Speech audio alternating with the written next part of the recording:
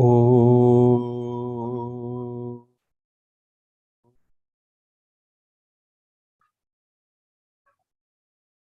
Oh.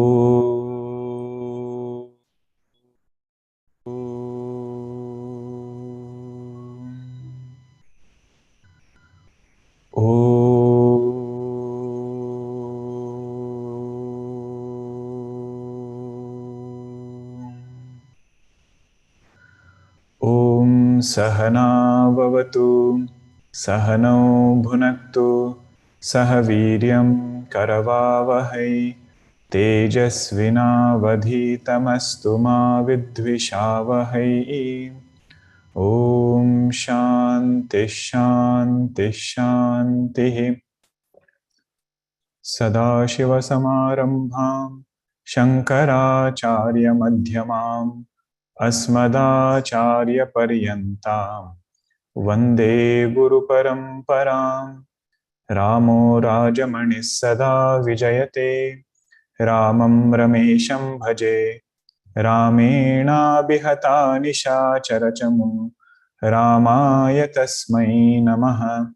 Ramanasti Parayanam Parataram Ramasya Dasosmyaham Rame Chittalaya Sada Bhavatu Me Bho Rama Mamuddhara Samasta Janakalyani Niratam Karunamayam Namami Chinmayam Devam Satgurum Brahma Vidwaram Satgurum Brahma Vidwaram Akhandam Satchidanandam Avang Manasagocharam Atmanam Akhiladharam Ashraye Bhishta Siddhaye Arthato Pyadvayanandan Atitadvaita Bhanatah Guruna Radhya Vedanta Saram Vakshe Yathamati. Hari Om. Today's session will spend in question and answers. There were around 30 questions that we have today. So I clubbed them into different categories. So some question, if you might have turned in, it might appear in a different form because it's clubbed with other similar questions. And another thing is, I don't look at this Q&A as you asking and me answering. This is a collective reflection. This question could have come to me also. If not today, it could come some other time. So with that, we'll try to reflect on these questions. When we studied chapter 1 of Vedantasara, I felt like I understood the definitions of various types of karmas very well. Nitya karma, naimittika karma, nishiddha karma, kamya karma, etc. However, it is accompanied by this feeling that my life is the same as before, in spite of knowing these definitions. I find it difficult to hold on to Nitya Karma uncompromisingly and give up Kamya Karma. What can I do to benefit more from this study? True, this question should come that before studying Vedanta, I had no idea about what are these karmas, Nitya, Naimittika, Kamya, etc. But now I know what they are. I know what I should be doing and what I should be dropping. But still I feel life is the same as before. Actually, that is not true.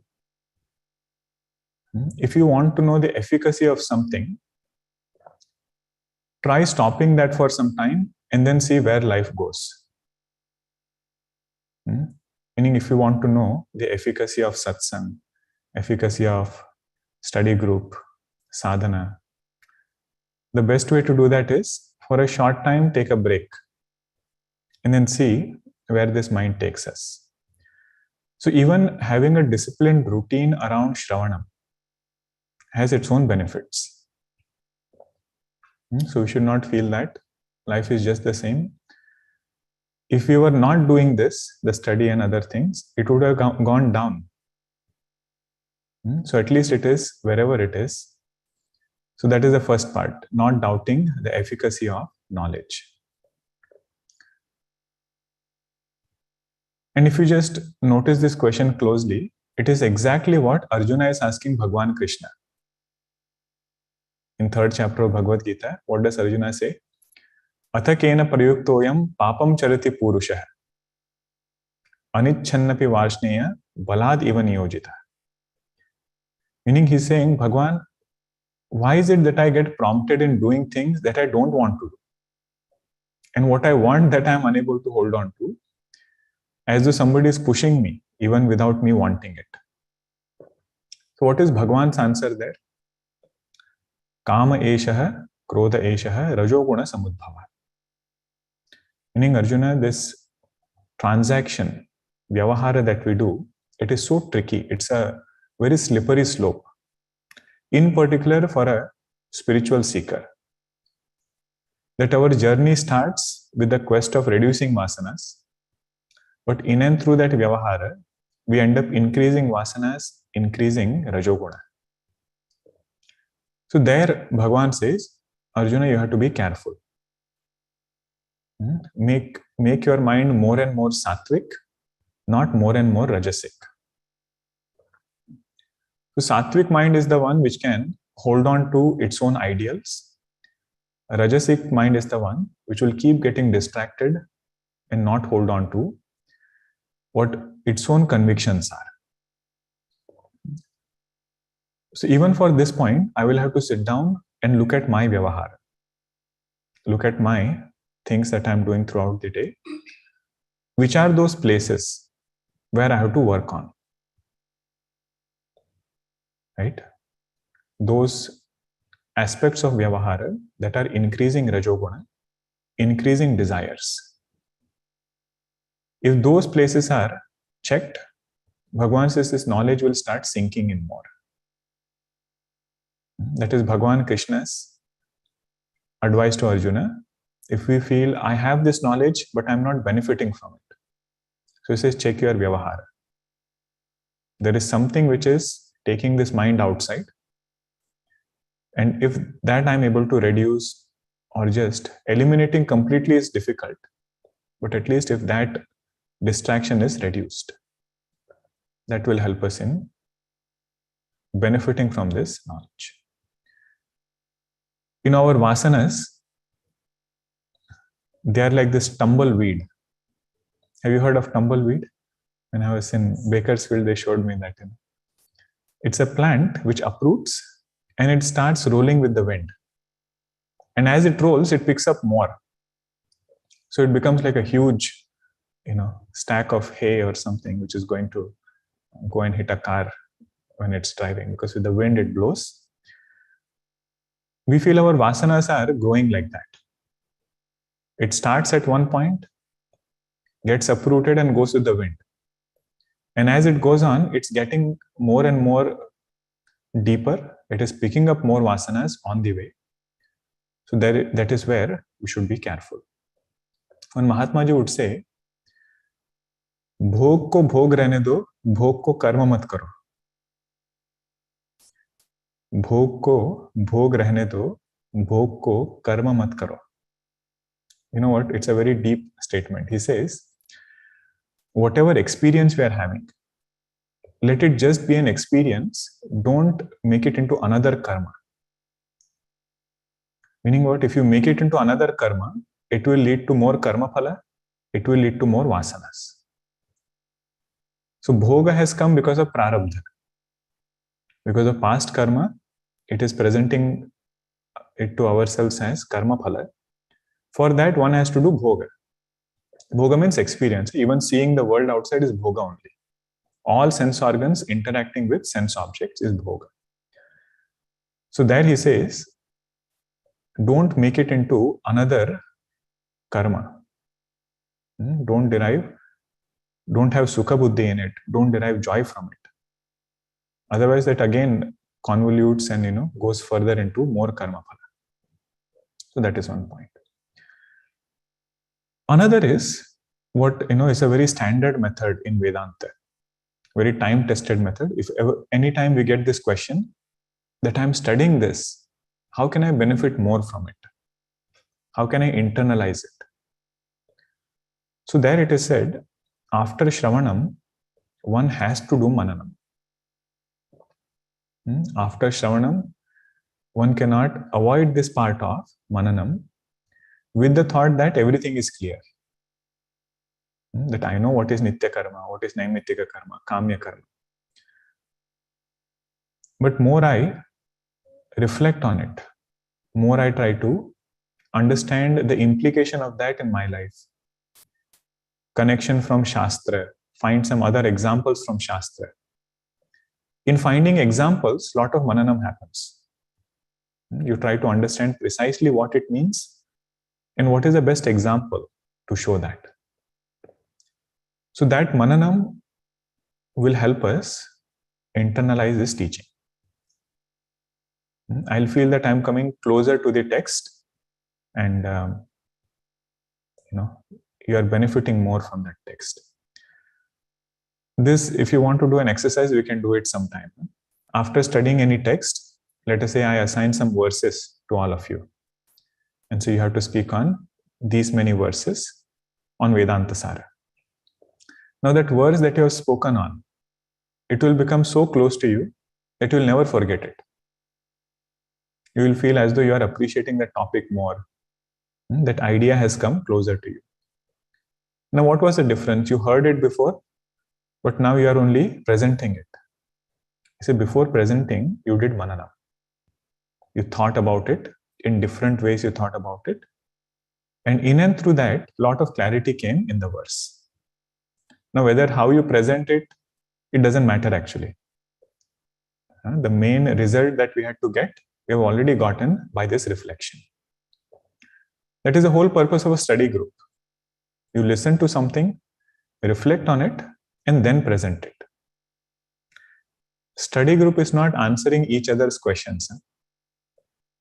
Study group is not only answering each other's questions. Study group is to collectively come to a deeper understanding of the subject. If we have more people, it is good. If not, find somebody. Find, if it is, both spouse, if they are into this, then it's ideal if you can discuss. If not, then you'll have some friends. Those are our sadhakas. Those are the ones on our journey. So same topic you take and you can discuss on it. Okay. All this, is one Gurudev's quote. That is where I took all these points. In Gurudev's quote, one place it says, introspect daily. Means what? Do vichara. After listening, sit down in one place and try to recollect the whole discourse again. Try to find the connecting points. And then reflect upon what is it speaking for me. Introspect daily. Detect diligently. Not only introspecting as an academic pursuit. I should be able to find out where are those points inside which I have to work on. Detect diligently. Negate ruthlessly. And if I find something which I have to let go of, he says, don't be very kind and compassionate there with yourself. Negate ruthlessly. Means at least in my mind, this conviction should come that this thing I should let go of. Whatever that vice might be. Or way of thinking. Whatever it is. Negate ruthlessly. Substitute wisely. Substitute wisely means what? In the place of those things which I have let go of, I should be able to use my time well. Mind should be having a positive direction to go towards. Otherwise, this mind will bother a lot. So that is substitute wisely, grow steadily. Means don't feel very impatient about, oh, nothing is working. So that part is grow steadily or hasten slowly. That was another quote. And last is be free. That is what all of us are striving. This is the path. Okay. All right. So this topic is under sadhana and internalizing the teaching. That is the title. And a few questions which are there, I've just clubbed into this. This was one type. Second one is sadhakas have to put forth effort on sarvatmya bhava and nirahankara, etc. It is only guided by the intellectual understanding and clarity that this is the right vision to have. Versus when it comes to Mahatmas, they engage and their sarvatmya bhava is effortless. They pursue pluralistic world but see divinity in and through. From intellectual to factual, direct anubhuti as per Shastra Pramana, some internal switch happens. There is some transition from intellectual to factual intuitive understanding. Now my question is, where does this intuitive switch or factual anubhuti happen? At the level of the intellect? In a previous class, we had seen that abhyasa will eventually take us there. What will happen to intellectual clarity? It gets deeper and becomes swabhava, or seeing divinity alone, knowing the self to be everything, becomes swabhava. Good.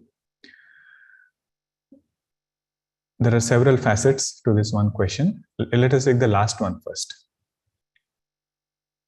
Brahma jnanam is not swabhavajanya. Brahma jnanam is not swabhavajanya. Brahma jnanam is pramanajanya. Janya means born out of. So I am Brahma. It is not that if I keep repeating, it will become true for me. I am Brahma is done through vichara, it is done through pramana. If I understand Upanishad mantras clearly, that will bring me this clarity in Brahmajnana. Now the step before that is the part of Adhyaropa, where I see consciousness as something which is all-pervading. It is not the final teaching. Consciousness is not all-pervading in this creation, like something which is going out and pervading.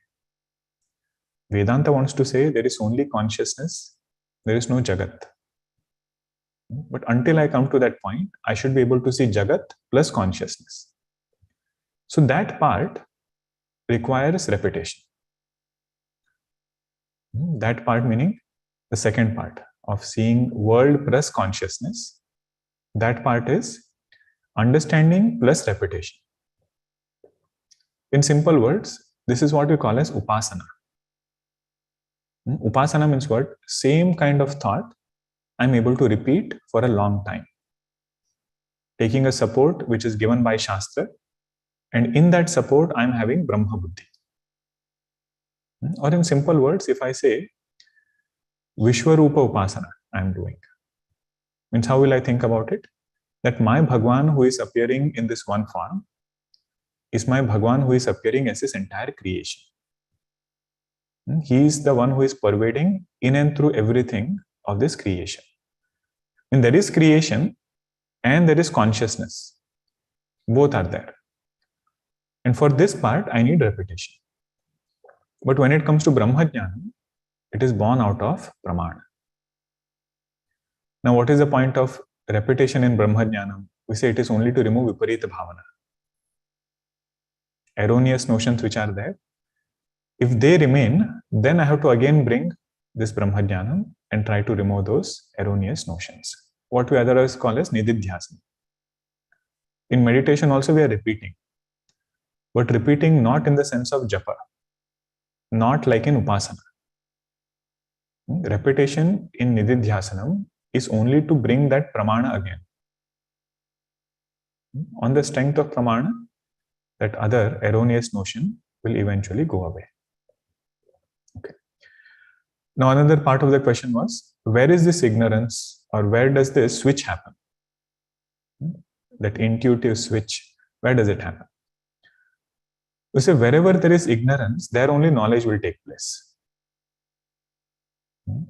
So this ignorance about Vyashti and Samashti, ignorance about that this whole creation is pervaded by Chaitanya, that ignorance is where?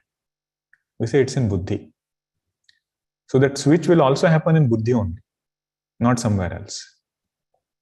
Right? So that is one part. And what will intellectual clarity do? It will help in this switch.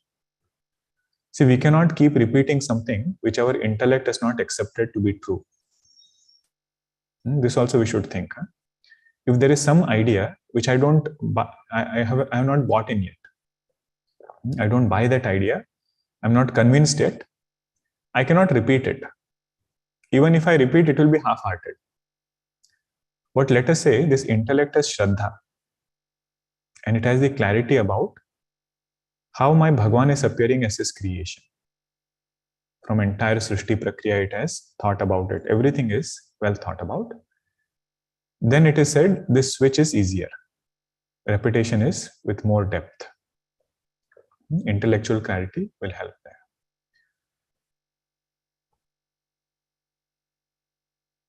So ignorance of Vyashti and Samashti is in Buddhi.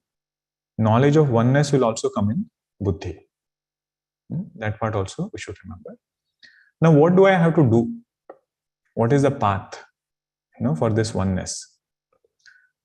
We should ask the same question for the forest and the tree example. What do I have to do so that I recognize the sarvatmya of that space? That space is all pervading in the tree also and in the forest also. What should I do that? To understand that. We say I should just shift my understanding from upadhi, from that individual Vyashti upadhi which is there. If I shift my attention to samashti, the total forest which is there, and recognize that there are three things over here. That recognition itself is that switch. It is not that I have to actually go and do something in the tree and forest to make them one. Right? All I have to do is shift attention from Vyashti Upadhi to Samashti Upadhi and then to the conditioned space. Same thing happens with Chaitanya also. So, if I have to understand the Sarvatmya of this Panchamahabhuta with total Panchamahabhuta, so what do I have to do? It's a matter of fact. It is, one to begin with. If I can shift attention from individual upadhi, at least for some time, and think that this whole creation is one.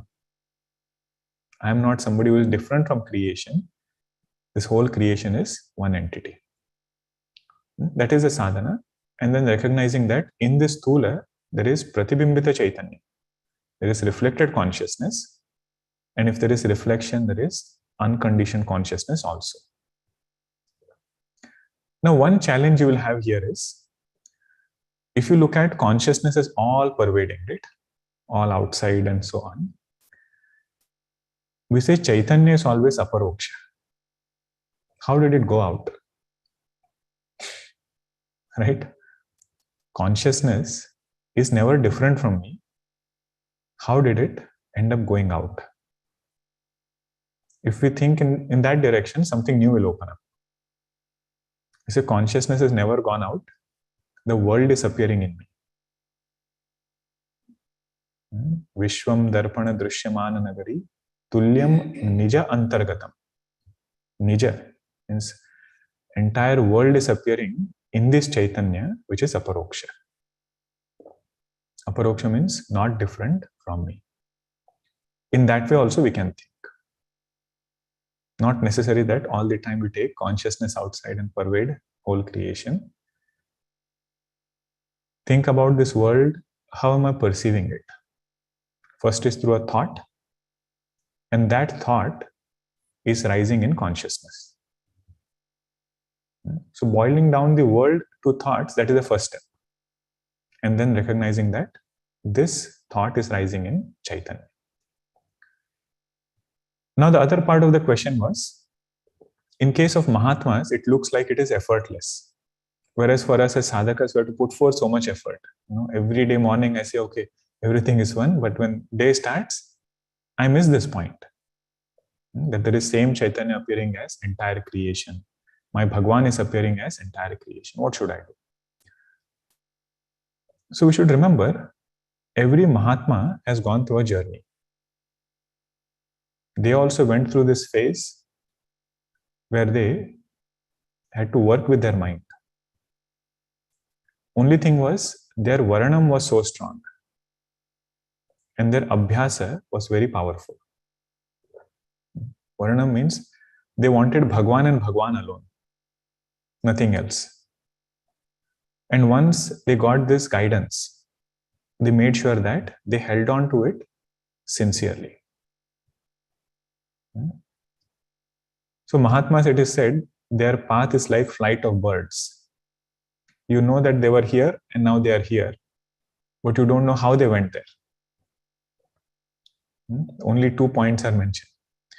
But if you want to trace the path, we should take support of Shastra. Because they say we have walked the same path. Others can also walk the same path. And this path is a very slow path. Goswamiji said that, right? Samiti samiti jala bharahi talaba. This pond is formed drop by drop. Jimi sadguna sajjana pahiyama. Just like all these sadgunas which are there. Sarvatmya bhava is also one sadguna. If you want to take it secondarily, it will come slowly, it will take its own time. But abhyasa should be in the right direction. Okay, so this part was of upasana. Repetition in upasana will help us accomplish that sarvatmya bhava, but that is part of adhyaropa. But when it comes to Vedanta Jnanam, all upadhis are removed. And that Vedanta Jnanam is Pramana Jnana. Okay, this part we should remember. There is one interesting, innocent story I read about a Mahatma Ji related to this Sarvatmya Bhava. One disciple came to him and said, Swamiji, I have had 50% Brahmajnana. And the disciple was a humorous one. He said, 50% Brahmajnanam I have had. He said, what is 50% Brahmajnana? Either you have 100 or you don't have. He said, Swamiji, I will explain.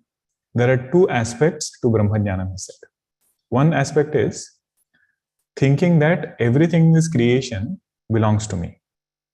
Sarvatmya bhava, right? I see myself, my Bhagwan in this entire creation. So everything in this creation belongs to me. That is one part. Second part is, whatever is mine belongs to creation. Whatever is mine belongs to creation. He said, Swamiji, the first part I am okay with. Second part I have not gotten yet. Everything of this creation I take as mine. But whatever is mine belongs to creation. That part I am working on.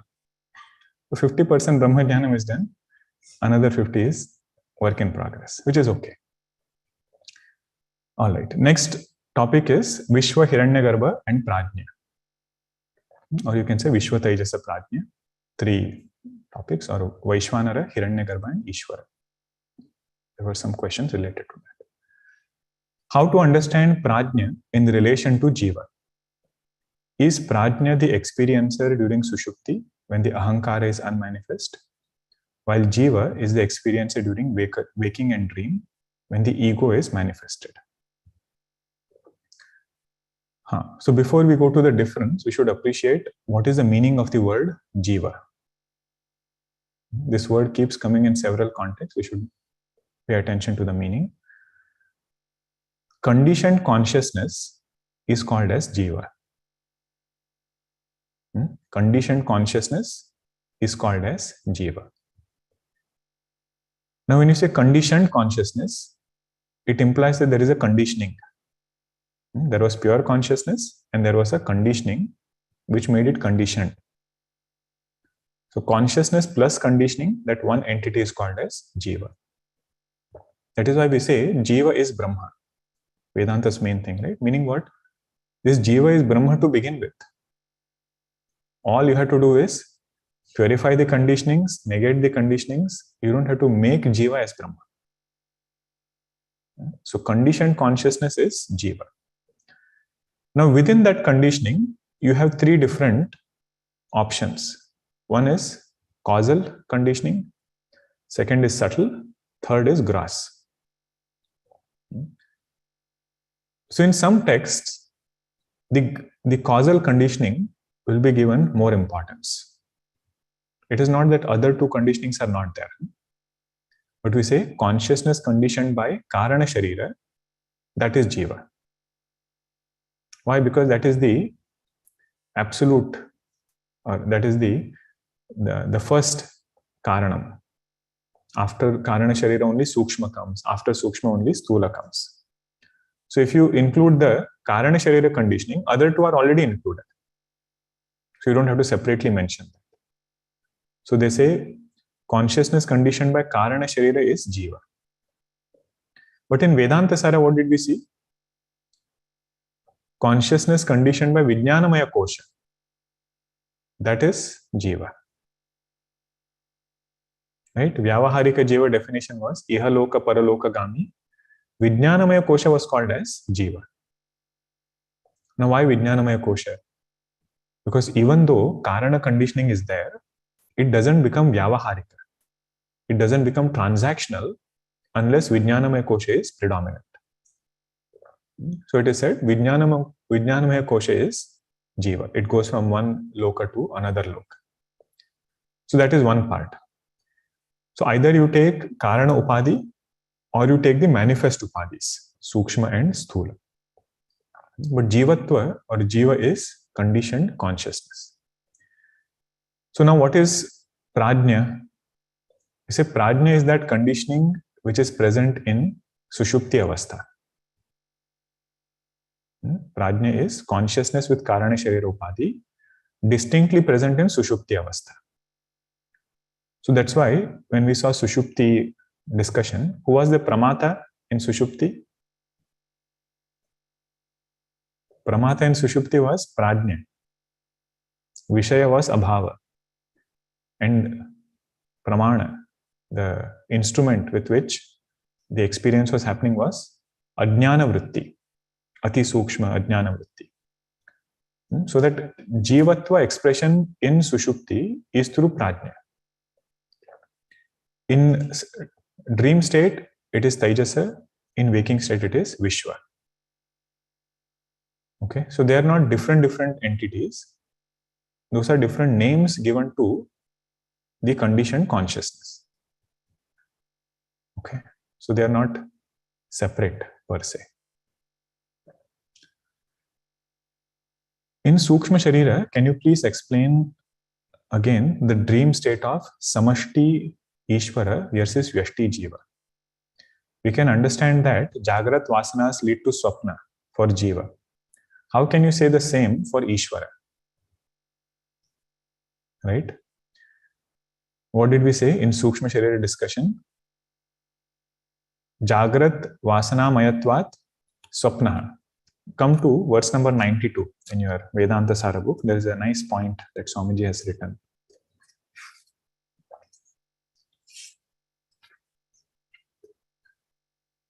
Verse number 92 was Samashti Sukshma Sharira Upahita Chaitanya. Page 74, verse 92. Asya esha samashtihi sthula prapancha apekshaya sukshmatvat sukshma shariram vijnanamayadi koshatrayam jagrad vasanamayatvat swapnaha. Now this is talking about samashti sukshma sharira. Just like we have vyashti sukshma sharira, gathering impressions from waking world, which is what we see in dream. You see, that is what happens in totality also. See, that was a question. How can you explain that even Samashti Sukshma Sharira is having impressions from waking world? We look at footnote number 2. Swami just mentioned a very beautiful point. He says, merging place, etc. The gross physical phenomena seen in the waking state are experienced in the dream state as mere ideas. Whatever is in the waking state is experienced, is seen in the dream state as mere ideas. As the same thing also happens at cosmic scale. The gross universe is transformed on the plane of Hiranyagarbha into a subtle universe. Hence, this state is designated as one which the gross universe is merged, just as it happens in dream.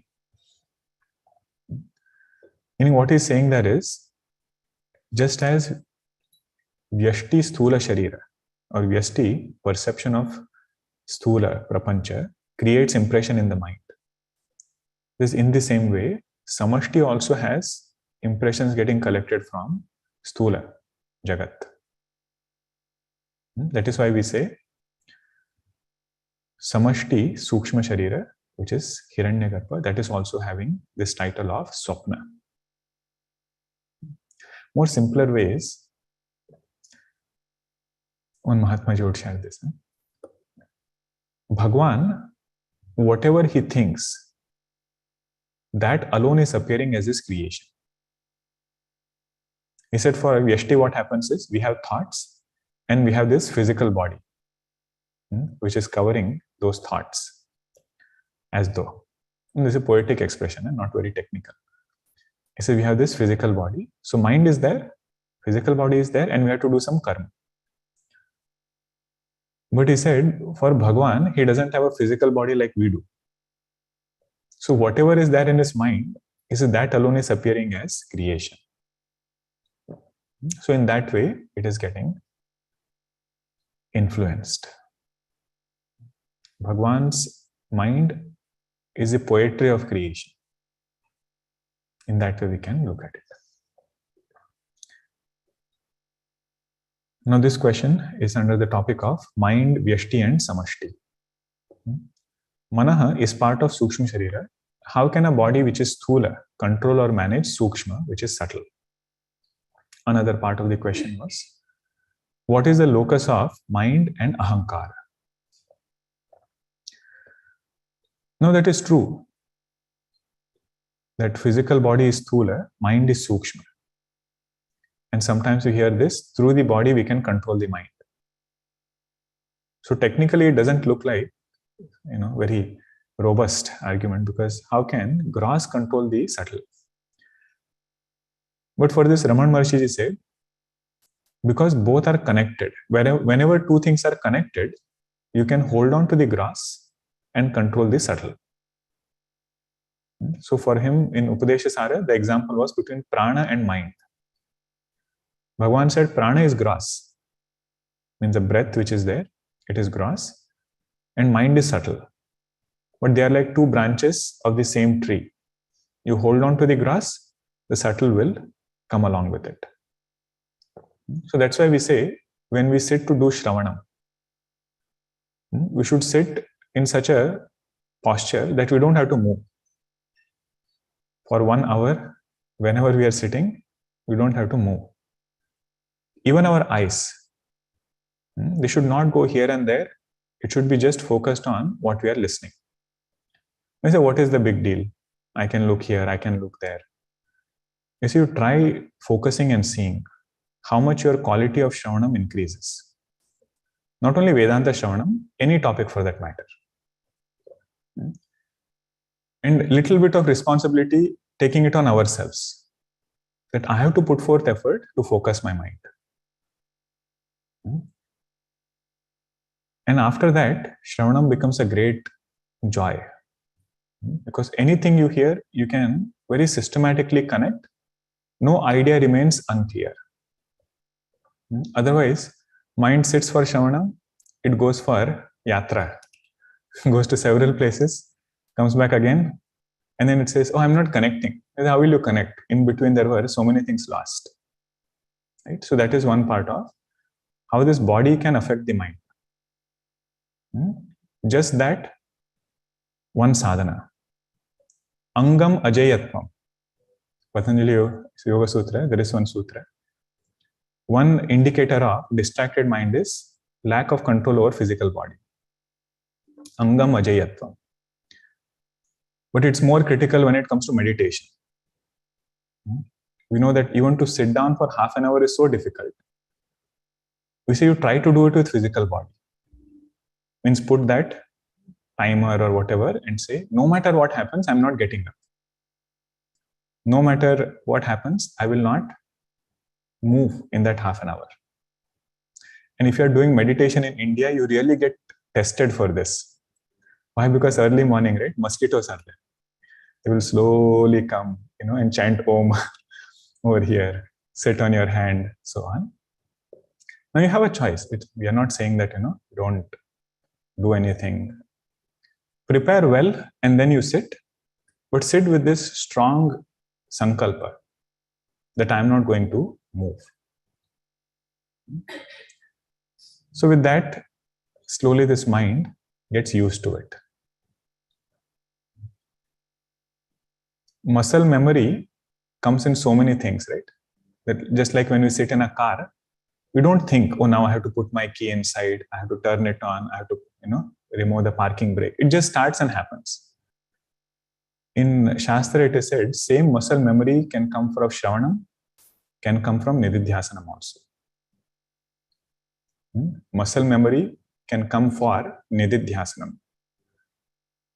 It is called as Samskara Sachiva, Panchadashi first chapter. Impressions of this practice of Nididhyasanam, it can create another samskara. So that is one part. Now, second part of this question was, what is the locus of mind and ahankara? Is it sthula sharira or is it something else? So in Vedanta we say, locus of mind and ahankara is Atma, not sthula sharira. Locus of mind is Atma, not this gross body. Means if you try to search within gross body, you will not find where is mind located. So sthula sharira is appearing in mind, not that mind is appearing in sthula sharira. That's why in dream or when we go to sleep, this thought or identification with sthula sharira dissolves. So as though I have let go of that sthula sharira. It is not that mind is there in sthula sharira. Sthula sharira is being perceived in the mind. And what is the locus of mind? Locus of mind is Atma. Okay. We saw in Vedantasara that individual mind is part of samashti and there are no different individual minds. I imagine that if we can have an aerial view, it probably would look like one. Is this the reason why enlightened beings had access to knowledge effortlessly? I'm guessing the aerial view is just a metaphor, just an example. You don't have to go anywhere and then see all the minds together. Mind is sukshma, means it is subtle. It cannot be perceived with sense organs. So there is no need to go and see in any way. But how did these jnanis get that knowledge? We see there are two types of knowledge. One knowledge is upasana jnanam, or knowledge born out of upasana. Another knowledge is knowledge born out of pramana. So Brahma jnanam, which is there, that is born out of pramana. And all other types of knowledge. It could be even knowledge of cosmology, knowledge of physiology, so many other siddhis which came to great Mahatmas, that came from upasana. That came by tuning their individual mind with total mind. Just one part as the focus, that kind of purity they had. All great Rishi Munis. And these are the siddhis which are there. Otherwise you wonder, how did they know so much sitting in one place? About astrology, astronomy, science. Kanad Rishi, if you see his work, so much of hair-splitting discussions on atomic theory. Vaisheshika, right? Everything is Vishesha for them. So Anu, Paramanu, everything they have written.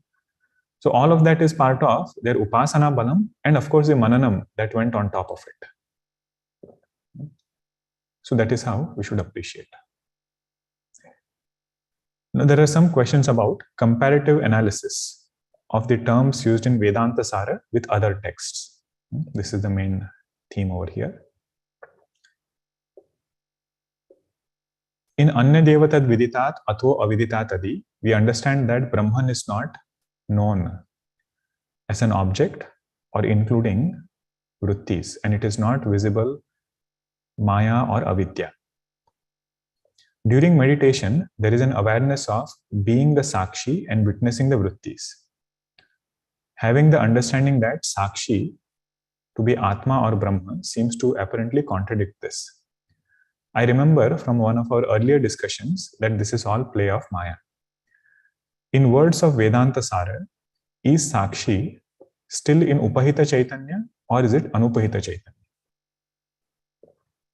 This is the main question, huh? Because Sakshi is witnessing thoughts. And I feel that I am witnessing my thoughts. So this Sakshi which is there, is it Upahita Chaitanya? Is it conditioned by thoughts? Or is it Anupahita Chaitanya? Is it unconditioned? Knowing Sakshi to be Akarta and Abhokta with no sense organs. Is this Sakshi also then some Chidabhasa or Ahankara? But at the same time, knowing and asserting that I am Satchidananda and the light in which the Vrittis and objects are seen. Not sure what the gap in the understanding is. Good. This question has been raised in several other texts also. And there are two different viewpoints. In some texts, it is said, Sakshi is also conditioned consciousness. Sakshi is also conditioned consciousness. But if you take it in that understanding, there are several other points that you will have to shift accordingly. Means you will end up with more questions. If Sakshi is conditioned consciousness, then how are you going to make that Sakshi Drushya? How are you going to negate that Sakshi? You will need to find another thing, another reason to say that this is Mithya, this is also Drushya. You will have to explain what is the difference between Sakshi and Ahankara. If you say Sakshi is also conditioned consciousness. And you might end up in a case of infinite regression. You said, okay, Ahankara is being washed by Sakshi, but Sakshi is being washed by another entity, and so on. But there are ways of explaining in that path also. We don't need to enter into that. In our understanding, Sakshi is Anupahita Chaitanya. Sakshi is unconditioned consciousness.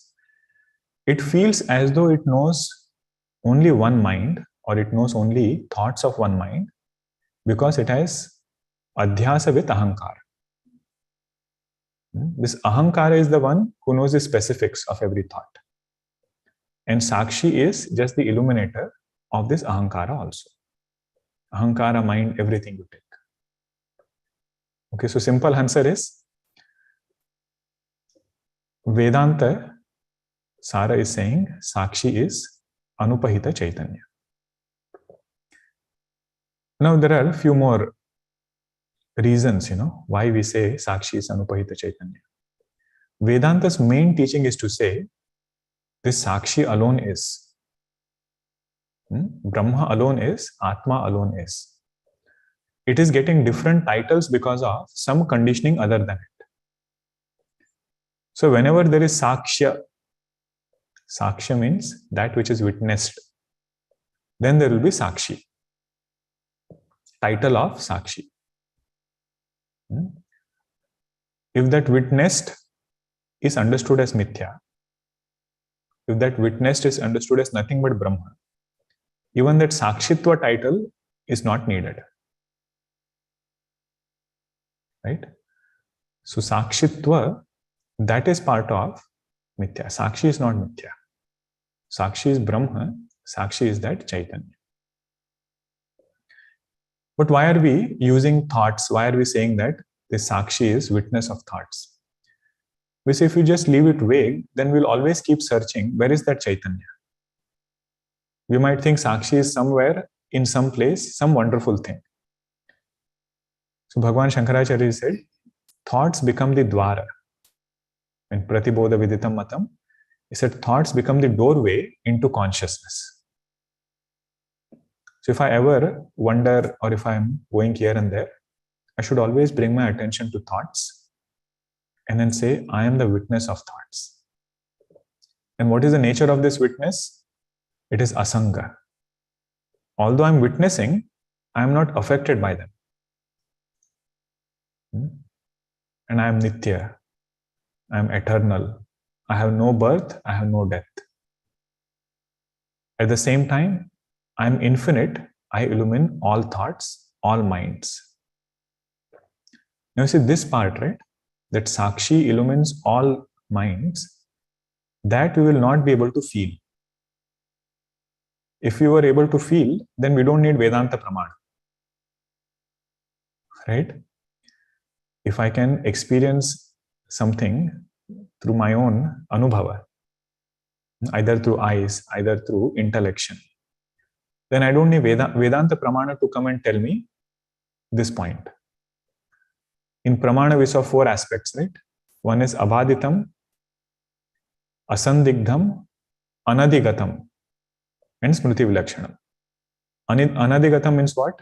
That Pramana is that which will reveal something which you can know only by that Pramana. Right? So Upanishad Pramana, the uniqueness, anadigatatva, the uniqueness of Vedanta Pramana is, it will reveal that this Sakshi is a witness of all minds. So Jiva Brahma Aikya. If I say Brahman is the witness of all minds, I say, so be it. Or Bhagwan is the witness of all minds. That is easy to appreciate, right? That Bhagwan is witnessing all minds. Just like I am witnessing, or Bhagwan is witnessing this mind, he is witnessing all minds. Mahavakya is to come and say, both are the same. That Sakshi who is witnessing thought is the same Brahma which is witnessing all minds. So in that way, oneness is pointed out. That is the whole purpose of this, and not to get stuck in whether Sakshi is Upahita or Anupahita. And in several texts, even in Upanishad, our Shvetashvatra Upanishad, Sakshi Cheta Nirguno Kevalo Nirgunascha. That same Sakshi is called as Nirguna, not Upahita. Sakshi Cheta Kevalo Nirgunascha.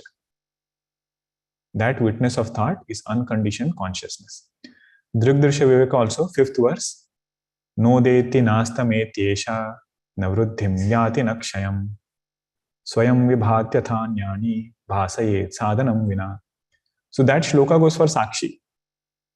Why? Because first verse spoke about Sakshi. Drugevan atudrishyate. And then each seer scene pair was discussed, and the 5th verse was speaking about nature of Sakshi. So that Sakshi is Anupahita Chaitanya. But you don't get surprised if you read it in some other books or other texts, more advanced texts, where even Sakshi is considered as Upahita Chaitanya. But you'll have to explain it in a different way. All other terminologies, other ideas will have to be understood. Samashti Upahita Chaitanya or Bhagwan is the same as Kutastha from Bhagavad-Gita chapter 15. Samashti Upahita Chaitanya in Vedantasara, or what we understood as Bhagwan, is it the same as Kutastha from Bhagavad-Gita chapter 15. Dvavimau Purushav Loke Ksharas Chaksharam Evacha. There are 2 types of Purushas. 3 are pointed out. One is Kshara Purusha, second is Akshara Purusha. And what is Kshara Akshara? Kshara Sarvani Bhutani Kutastaha Akshara Uchyate. Kshara is all those things which are Karya, whatever is an effect. So effect means Sthula and Sukshma. Those conditionings fall under Kshara. And Karana, which is the effect, falls under Kutastha. Now only in 15th chapter, not in every place. In 15th chapter, Kutastha means Upadhi of Ishvara. Again I will repeat. In 15th chapter, Kutastha Shabda means Upadhi of Ishvara, which is Karana Upadhi. And that Karana Upadhi we saw in Vedantasara as Ajnana or Maya. So Kutastha word per se is referring to Upadhi of Ishvara. And Uttamaha Purusha Anyaha, that Uttama Purusha is referring to Anupahita Chaitanya. Okay, only in 15th chapter of Bhagavad-Gita. Kshara refers to Sthula Sukshma. Akshara refers to Kutastha or the third one, Karana Upadhi. And the last one is Uttama, refers to Anupahita Chaitanya, unconditioned consciousness. Okay. All right. Does Mithyatva of Jagat have to be first grasped, assimilated, understood before the understanding of Brahman as the only truth? In other words, does Jagat Mithyatva precede self-knowledge? Actually, Vedanta says Jagat Mithyatva is a result of self-knowledge. When somebody goes on to inquire into the substratum,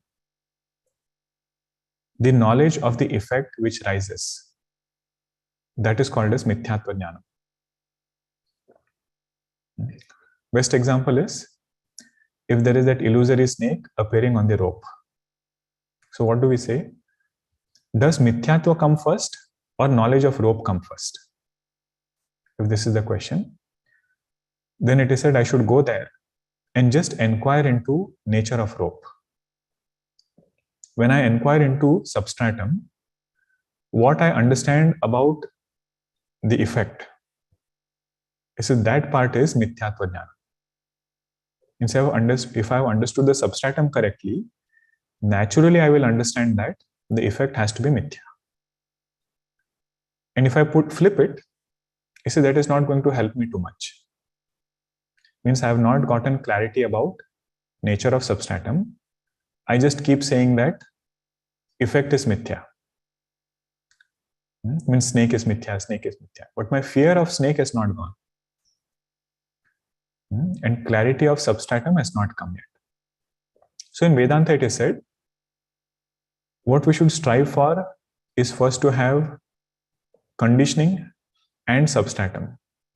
When Jagat is there and Chaitanya is there. And also know that this Jagat has come from Chaitanya. World has emerged from consciousness. That is the Adhyaropa part, right? We saw all the Prakriya, how 5 elements came, how Panchikaranam happened, how Nama Rupa came. So that is looking at the effect and knowing that effect has come from that cause which is Chaitanya. But when I inquire into the cause, the nature of Chaitanya, I realize Chaitanya is Nirvikara. And it is consciousness. From consciousness, no other effect can come. No other effect can come from a Nirvikara, non-changing substratum. But I am seeing there is effect. So then it is said it is only Vivarta. Just like you can see the snake, but that rope has not really become the snake. It is only my samskara which I am projecting there. So Vedanta says this whole creation is our anadi samskara. There is no Jagat, there is no Jiva. What is there is only Brahma. Okay. On top of this, we can use lot of logic to prove that Jagat is Mithya. The fundamental way of looking at it is inquire into the substratum, superimposed will be understood as Mithya. Okay. I see there are some questions here also, but I don't think we'll get to go through all of them. I just try to club it in different topics, so it's helpful to reflect upon them systematically. Another thing is, if there were several questions, right, which were unanswered or you felt was unanswered, we should always discuss it with our peers, co-sadhakas. It's a great way to understand. You know that verse, right?